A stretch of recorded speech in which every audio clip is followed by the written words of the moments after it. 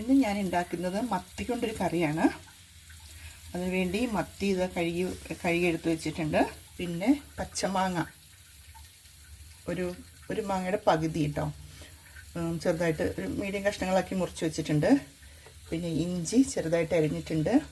വെളുത്തുള്ളി, ഒരു വലിയ സവോള, 3-4 പച്ചമുളക്. ഇനി ഞാൻ ചട്ടി അടുപ്പത്ത് വെച്ച് അതിലേക്ക് എണ്ണ ഒഴിച്ചു. അതിലേക്ക് ഒരു പിഞ്ച് ഉലുവ ഇട്ട് കൊടുത്തു. ഇതൊന്ന് പൊട്ടി വരട്ടെ. ഉലുവ ഒന്ന് പൊട്ടി വന്നപ്പോഴത്തേക്കും ഞാൻ അതിലേക്ക് ഇഞ്ചി, വെളുത്തുള്ളി, ഉള്ളി അരിഞ്ഞത്, പച്ചമുളക് ഇതിട്ട് കൊടുത്തു. ഇത് നന്നായിട്ടൊന്ന് ഇളക്കി ഈ ഉള്ളിയൊക്കെ ഒന്ന് നന്നായിട്ടൊന്ന് ഏകദേശം ഒന്ന് മെൽറ്റായി വരട്ടെ. അതിലേക്ക് നമുക്ക് കുറച്ച് കറിവേപ്പില കൂടെ ഇട്ട് കൊടുക്കാം. അപ്പം നമ്മൾ ഇതിലേക്ക് ഉള്ളിയുടെ ആ പച്ചമണമൊക്കെ ഒന്ന് മാറി, ആ കളറൊക്കെ ഒന്ന് മാറി വന്നു. അപ്പോൾ നമുക്കിതിലേക്ക് നമ്മൾ അരിഞ്ഞു വെച്ച മാങ്ങ കൂടി ചേർത്ത് കൊടുക്കാം.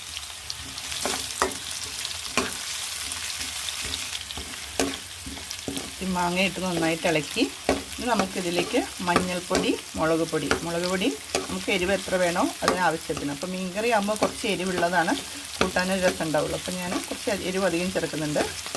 അപ്പോൾ നമുക്കത് ചേർത്ത് കൊടുക്കാം. മുളക് പൊടിയൊക്കെ ചേർത്ത് നന്നായിട്ട് ഇളക്കി. അപ്പോൾ കണ്ടില്ലേ കളർ, ഞാൻ കാശ്മീരി മുളക് പൊടി ചേർത്തിട്ടില്ല കേട്ടോ, സാധാ മുളക് പൊടി തന്നെയാണ്. എണ്ണയിൽ നന്നായിട്ടൊന്ന് ഇളക്കിയപ്പോൾ കണ്ടോ നല്ല കളറൊക്കെ വന്നു. ഇനി നമുക്കിതിലേക്ക് തക്കാളി ചേർത്ത് കൊടുക്കാം. അപ്പോൾ ഞാൻ തക്കാളി അരച്ചിട്ടാണ് ചേർക്കുന്നത്. അപ്പോൾ നമ്മൾ ഗ്രേവി നല്ല തിക്കായിട്ടിരിക്കും. അപ്പോൾ നല്ല പഴുത്ത തക്കാളി അരച്ചതാണിത്. ഇനി അതും കൂടെ നമുക്കിതിലേക്ക് ചേർത്ത് കൊടുക്കാം. നമുക്ക് എത്ര ഗ്രേവി ആവശ്യമുണ്ടോ ആ ഗ്രേവിക്ക് ആവശ്യമായ കുറച്ച് വെള്ളം കൂടി ചേർത്ത് കൊടുക്കും. അപ്പോൾ ഞാൻ വെള്ളം ചേർത്ത് കുറച്ച്. ഇനിയിപ്പോൾ നമ്മുടെ മീൻ അതിലിടുമ്പോൾ മീൻ വേകാനുള്ള വെള്ളം കൂടി ചേർത്തിട്ട് വെച്ചിരിക്കുന്നത് കേട്ടോ. വെള്ളം ചേർത്തു. ഇതിൽ ആവശ്യത്തിന് ഉപ്പ് ചേർക്കണം. അപ്പോൾ ഇതിൽ തക്കാളിയുടെ മാങ്ങയുടെ പുളിയുണ്ട്. പിന്നീട് ആവശ്യമുള്ള പുളി നമ്മൾ ചേർത്താൽ മതി. പിന്നെ ഞാൻ കുടംപുളിയല്ല വാളംപുളിയാണ് ചേർക്കുന്നത്. കുറച്ച് പുളി കൂടെ ഇതിലേക്ക് ചേർത്ത് കൊടുക്കാം.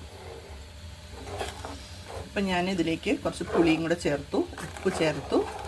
ഇത് നന്നായിട്ടൊന്ന് തിളയ്ക്കട്ടെ കേട്ടോ. ഈ മീൻകറി ഈ ഗ്രേവി തിളച്ച് കഴിയുമ്പോൾ നമുക്കതിലേക്ക് കുറച്ച് വലിയ ജീരകം ചെറുതായിട്ട് ചതച്ചതും കൂടെ ചേർത്ത് കൊടുക്കാം. അപ്പം നമ്മുടെ ഗ്രേവി നന്നായിട്ട് തിളച്ചു. ഇനി നമുക്കിതിലേക്ക് മീൻ ഇട്ട് കൊടുക്കാം. ഇനി ഈ മീൻ കഷ്ണങ്ങളൊക്കെ കിടന്നിട്ട് നന്നായിട്ട് വെന്ത് വരട്ടെ. തിളച്ച ഗ്രേവിയൊക്കെ ഒന്നും കൂടെ തിക്കാവും. അപ്പോൾ നമുക്കിത് വേകുന്നതോടെ വരുന്ന വെയിറ്റ് ചെയ്യാം. ഇപ്പം നമ്മുടെ മീനൊക്കെ വന്ന് മീൻകറി ഏകദേശം റെഡി ആയിട്ടുണ്ട്. നമുക്ക് വേണമെങ്കിൽ ഇതിന് മുകളിൽ കുറച്ച് വെളിച്ചെണ്ണ വെറുതെ ഒഴിച്ചിട്ടൊന്ന് അടച്ച് വയ്ക്കാം. അല്ലെങ്കിൽ